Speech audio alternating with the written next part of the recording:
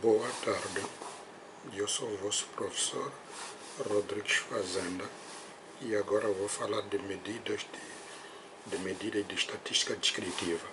Entramos neste capítulo estatística descritiva porque é um capítulo extremamente importante em estatística. Ele é estatística descritiva porque a ideia base é descrever aquilo que é a distribuição dos dados. Essa descrição da distribuição dos dados ocorre por meio de medidas estatísticas.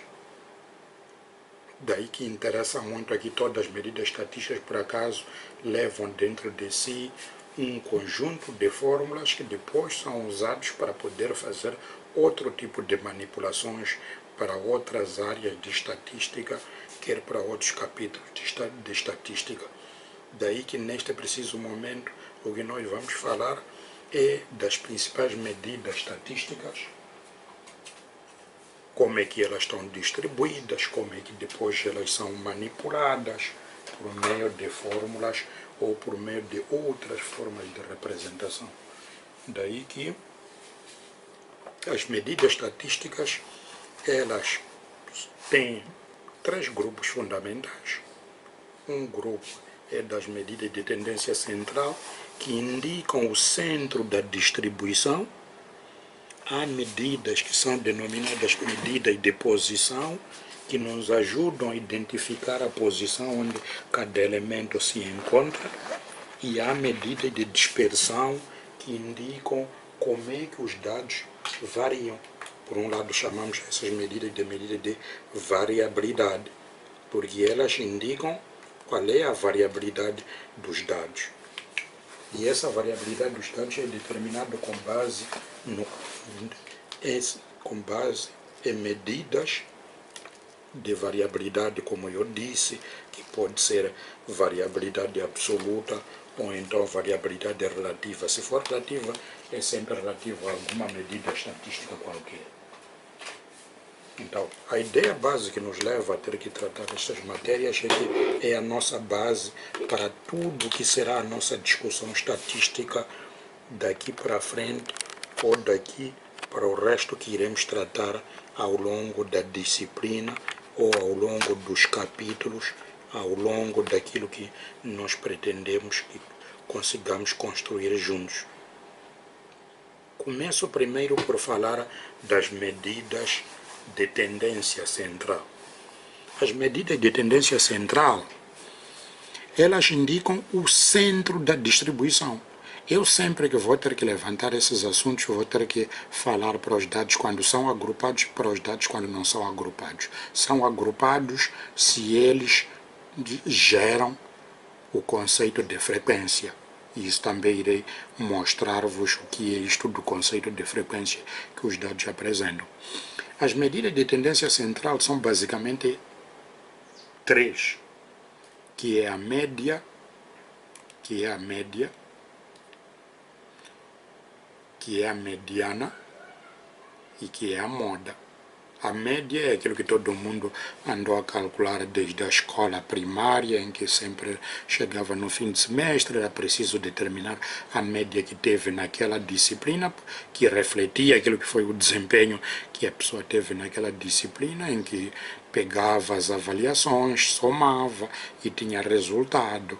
Há aqueles casos em que, quando já estão no ensino superior, há um professor que diz que o primeiro teste vale 60%, o segundo vale 40%, então aí estamos a falar de uma média ponderada. Há casos em que os professores até diziam: o primeiro teste é 30%, o segundo teste é 35%, depois o trabalho vale 25%. Então também era uma forma de poder ponderar essa média com base em resultados que nós tínhamos obtido. Então, aqui o tratamento que nós vamos fazer é mesmo quer para dados não agrupados, quer para dados agrupados. A mediana é aquele valor que se encontra no centro da nossa distribuição dos dados, o que quer dizer que os seus dados não estão agrupados, significa não geram frequência, não estão dentro de um grupo. E esse grupo poderá, veremos mais tarde que uma das formas de agrupar é gerando classes. Então o que acontece aqui? primeiro temos que pegar esses dados e ordenar. Então, depois de ordenar, colocar numa certa ordem, que em estatística denomina-se por roll, significa colocar numa ordem que é crescente ou decrescente os nossos dados. A mediana será o valor que está no centro, exatamente no centro. Significa que está na posição n sobre 2. Isso se a quantidade de dados é ímpar, então fazemos n sobre 2 e o resultado temos que arredondar por excesso. Se a quantidade de dados é par, então neste caso são dois valores que estão no centro, porque a quantidade de dados é par, pega-se esses dados, soma-se e divide-se por 2. Depois tem a última medida, que é a moda. A moda, como todos nós sabemos, se nos perguntam qual é a moda que tu encontras qual é a moda que tu encontras na cidade de Maputo. Então é dito, a moda que eu encontro na cidade de Maputo nos fins de semana quase todo mundo pôr jeans para poder ir à festa. É uma moda. Mas pode acontecer que também digam o seguinte: qual é a moda que é na cidade de Maputo? A moda que é na cidade de Maputo é os fins de semana as meninas porem camisetas brancas. É uma moda. Então significa, naquele caso, pôr-se jeans. Pode até acontecer que encontremos meninas que puseram jeans e depois puseram camiseta branca. Então significa que são duas modas neste caso. Significa que uma distribuição que nós temos de dados, ela pode ter uma única moda unimodal, duas modas bimodal, três modas trimodal, quatro modas tetramodal, cinco modas pentamodal e por aí em diante. Significa que pode ter várias modas, uma distribuição qualquer de dados que nós temos. Já sabemos que o que significa moda neste caso é aquele valor que se repete com maior frequência ou que se repete mais vezes. Então, se aquele valor repete-se com maior frequência, significa que ocorre muitas vezes, então nós o denominamos de moda. Então, veremos aqui o que ocorre para esse caso das medidas de tendência central, que eu disse que são três: a média, a mediana e a moda. Vamos ver para o caso de dados não agrupados e veremos para o caso de dados agrupados. Para o caso de dados não agrupados, a média é só somarmos os dados e dividir pela quantidade dos dados. Enquanto a mediana, como eu disse, é o valor que está no centro da distribuição, entre que o primeiro passo colocamos os dados em roll e o segundo, a mediana, é o valor que está no centro. A moda, como eu disse, é o valor que se repete mais vezes ou que ocorre com maior frequência. Se os dados forem agrupados, significa que nós metemos agora num certo critério de agrupamento, que até podem ser classes. Agora a média tem aí a entrada agora da frequência absoluta, que nós temos aí FI. A mediana tem aí já a fórmula em que aparece o L1, é limite inferior da classe mediana, F média, a frequência da classe mediana, somatório F1, soma das frequências das classes anteriores à classe mediana, C é o intervalo de classe. O intervalo de classe, depois vamos ver quando tivermos no exemplo de dados agrupados como é que isso é determinado. A moda será o limite inferior da classe, modal mais D1 sobre D1 mais D2, isso multiplica por C, esse é o intervalo de classe. D1 é a diferença entre a frequência da classe modal com a frequência da classe anterior. D2, diferença entre a frequência da classe modal com a frequência da classe posterior. Então, aí nós temos a fórmula da moda. Isso estamos a falar para o caso de dados não agrupados, significa não ter nenhum agrupamento, ou então dados agrupados, significa que existe algum critério que lhes levou ao agrupamento, mas geralmente, como se diz, quando os dados estão agrupados, há o aparecimento sempre de frequência. Olha, aqui temos somatório F1, temos aqui frequência mediana, aí a frequência absoluta, depois aqui no denominador, como V, temos lá diferença entre a frequência da classe modal com a classe anterior, diferença entre a frequência da classe modal com a classe posterior. Significa que aqui, quando os dados estão agrupados, há sempre a manipulação do conceito frequência. E geralmente a frequência que nós usamos aqui é a frequência absoluta. A seguir temos o outro grande grupo de medidas estatísticas, que são as medidas de posição. As medidas de posição, elas servem para determinar a posição de um determinado elemento. E essa posição de um determinado elemento pode ser por meio de quartis, por meio de decis e por meio de percentis. Também temos para dados agrupados e também temos para dados não agrupados. Para o caso em que nós estamos a falar de dados não agrupados, como nós já sabemos, os quartis, quer para dados agrupados, quer para não agrupados, os quartis dividem a distribuição dos dados em 4 partes iguais. Os decis dividem a distribuição dos dados em 10 partes iguais. Os percentis dividem a distribuição dos dados em 100 partes iguais. Ao falar disso, parece ser uma coisa muito confusa, muito complicada. Repare, por exemplo, que aqui se nós temos aqui o quartil 1, o quartil 2, o quartil 3. São só 3 quartis, se dividem em 4 partes iguais. Repare, temos aqui a primeira parte, a segunda, a terceira, a quarta parte. Então, por isso que se diz que os quartis dividem em 10 partes iguais. Assim como iria acontecer de forma similar para decis, de forma similar para percentis, quando nós dissemos que os decis dividem em 10 partes iguais, percentis em 100 partes iguais.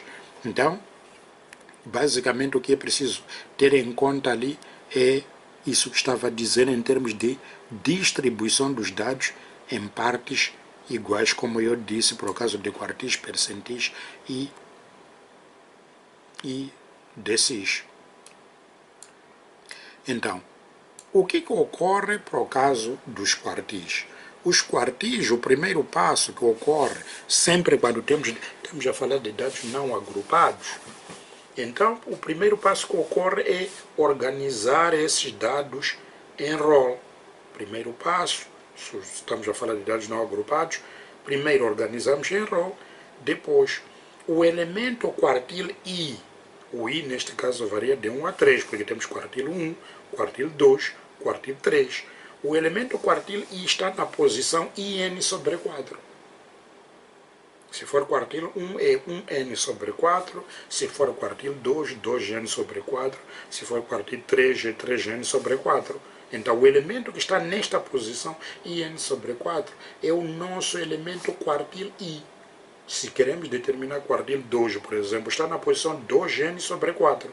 Então se nós determinamos primeiro essa posição 2n sobre 4, encontramos um número. Vamos procurar o elemento que está nesta posição desse resultado que acabamos de obter, deste número. Então o elemento que está nesta posição, esse aqui é o elemento quartil I. Não significa que o quartil I é aquela posição, não.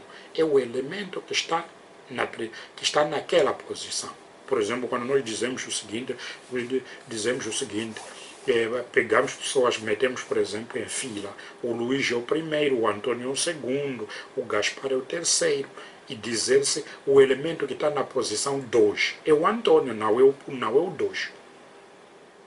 Então significa que nós determinamos, já encontramos a posição, é o 2. Então vamos para aquela posição, iremos encontrar o elemento que está naquela posição. E se formos para aquela posição, vamos encontrar que o elemento, afinal de contas, é o Antônio. Então o Antônio já será o elemento que está naquela posição que nós dissemos que é a posição 2.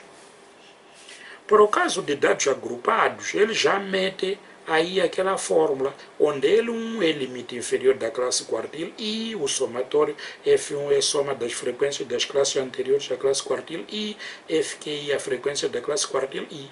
Aqui estamos a falar dos quartis. A seguir, a outra medida são os decis.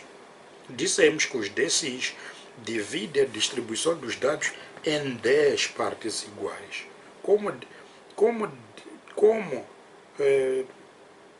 Ele mostra a distribuição dos dados em 10 partes iguais. Então, aí significa que teremos que ter 9 decis. Naquela lógica também dos quartis, em que dividiam em 4 partes, só tínhamos 3 quartis. Agora, decis divide em 10 partes iguais, também temos 9 decis. Então, o decil 1 indica a posição 10%, decil 2, a posição 20%, decil 3, a posição 30%, decil 4, a posição 40%, e por aí em diante até o decil 9, que indica a posição 90%. Então, quando nós quisermos encontrar o elemento decil I, o primeiro passo que nós queremos calcular o decil, queremos encontrar o decil I. O primeiro passo, os dados não estão agrupados, é colocar esses dados em row, significa numa ordem, crescente ou decrescente. Então, o elemento decil I que queremos achar está na posição IN sobre 10. Está naquela posição IN sobre 10. Então, o elemento da posição IN sobre 10 é o elemento decil I. Vamos supor que o I seja 7, então queremos achar decil 7, será o elemento que está na posição 7N sobre 10. Recorde-se sempre que o N refere-se à quantidade dos dados que nós temos. Enquanto se os dados forem agrupados, a fórmula de decil I é L1 mais N sobre 10 menos somatório F1 vezes C sobre FDI, onde FDI é a frequência da classe decil I, somatório F1, soma das frequências das classes anteriores à classe decil I, C o intervalo de classe, L1 limite inferior da classe decil I. E isso tudo, como eu prometi, veremos num exemplo concreto. Trataremos de exemplo concreto a seguir a esta parte teórica. A seguir falamos do percentil. Percentil divide a distribuição dos dados em 100 partes iguais. Daí nós termos 99 percentis. Por isso que se diz I corre de 1 a 99. Então temos 99 percentil. Praticamente cada percentil corresponde à posição da respectiva percentagem, né? Significa percentil 2 é posição 2%, percentil 7, posição 7%, percentil 13, posição 13%, percentil 29, posição 29%, percentil 42, posição 42%, percentil 68, posição 68% e por aí em diante. Então acho que é fácil perceber. Também quando formos para dados não agrupados, se nós queremos encontrar o elemento percentil I, temos que meter primeiro os dados em row. Significa numa ordem crescente ou decrescente. Depois o elemento percentil I está na posição IN sobre 100. Então, se nós queremos calcular, por exemplo, percentil 69, então, percentil 69 está na posição 69N sobre 100. Esse elemento que está nesta posição é o elemento percentil 69.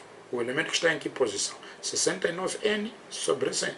Esse que será o percentil 69. Se os dados forem agrupados, nós aplicamos esta fórmula. Percentil I é L1 limite inferior da classe percentil I, mais IN sobre 100 menos somatório F1, que é a soma das frequências das classes anteriores à classe percentil I. C é o intervalo de classe, FPI é a frequência da classe percentil I. Então, aí, nós já falamos daquilo que são as medidas de posição. Significa que indica a posição de um determinado elemento. Por exemplo, os quartis, temos quartil 1, quartil 2, quartil 3. O quartil 1 indica a posição do elemento que ajuda-nos a identificar o elemento que está na posição 25%. Quartil 3 que está na posição 75%. Decil 7 é o elemento que está na posição 70%. Percentil 17 é o elemento que está na posição 17%. E por aí, por isso que nos se diz que são medidas de posição.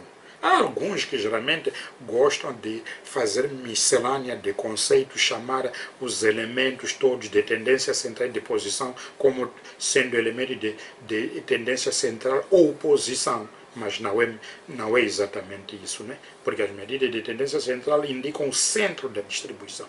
De posição indicam a posição onde o elemento se encontra. E por fim temos as medidas de dispersão que indicam a variabilidade dos dados. As medidas de dispersão indicam a variabilidade dos dados. Significa como é que os dados estão dispersos.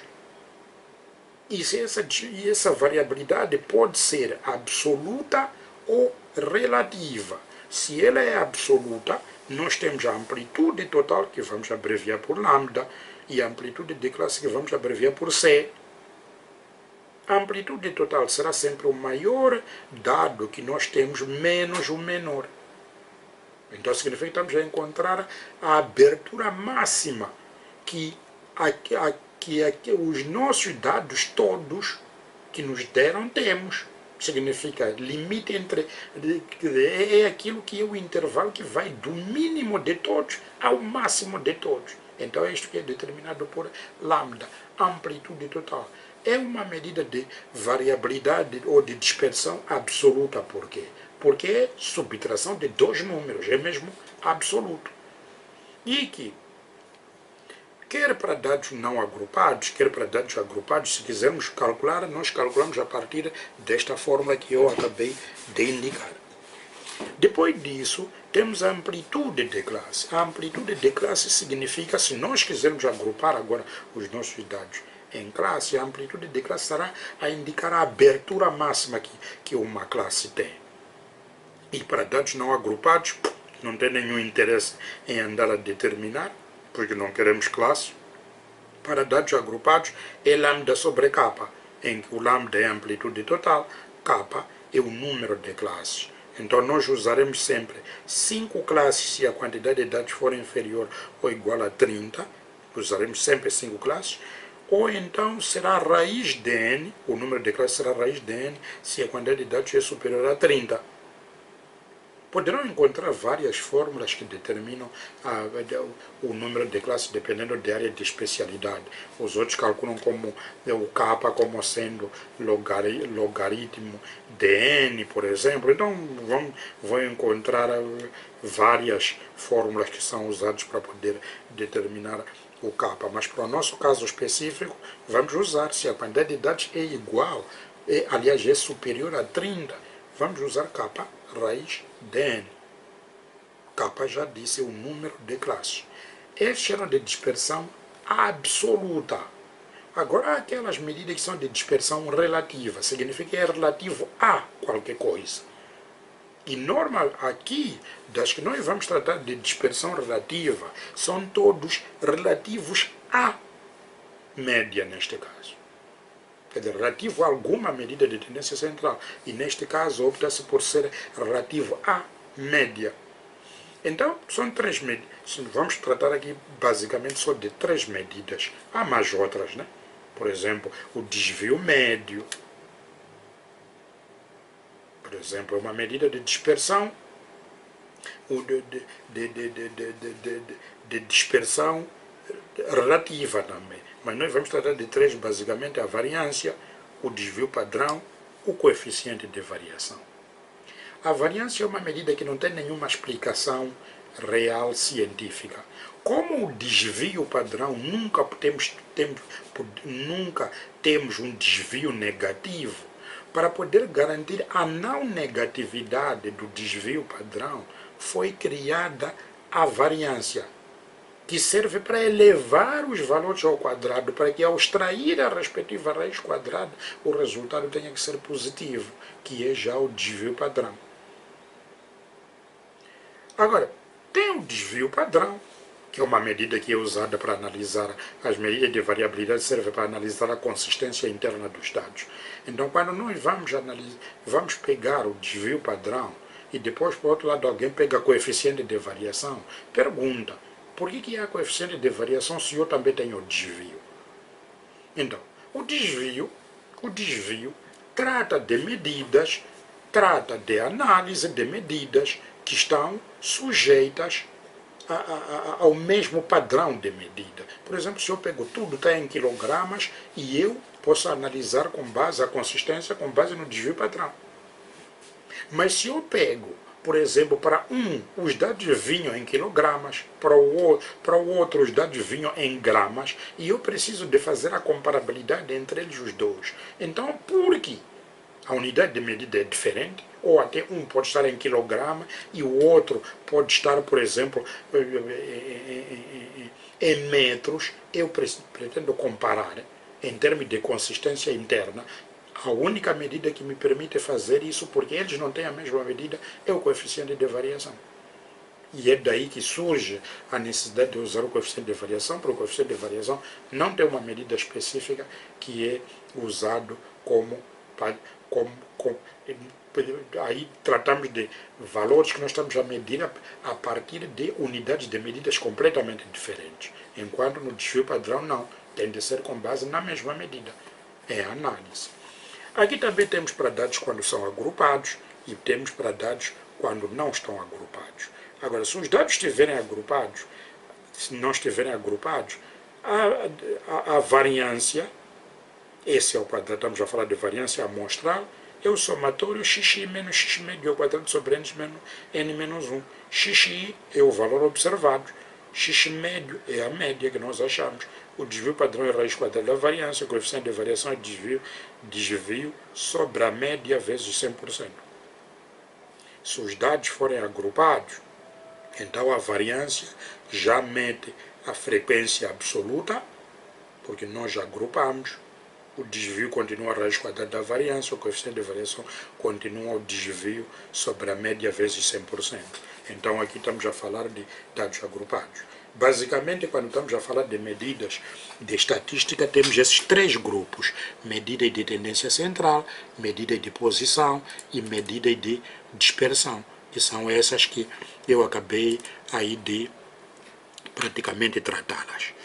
Mas há outro conceito que é extremamente importante, como vocês viram ali a ser aplicado, que é o conceito da frequência. Que é o conceito da frequência, porque sobretudo quando os dados estão agrupados, gera-se aqui o conceito de frequência. Então a simbologia que é usada aqui é que Fi vai representar a frequência absoluta, F minúsculo, né?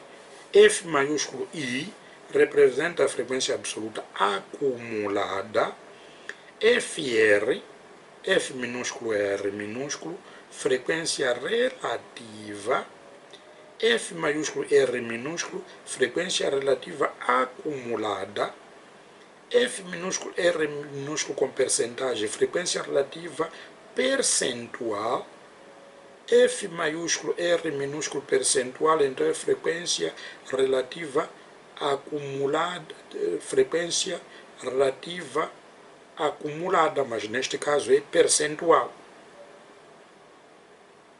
E depois temos aqui um conjunto vamos para as fórmulas.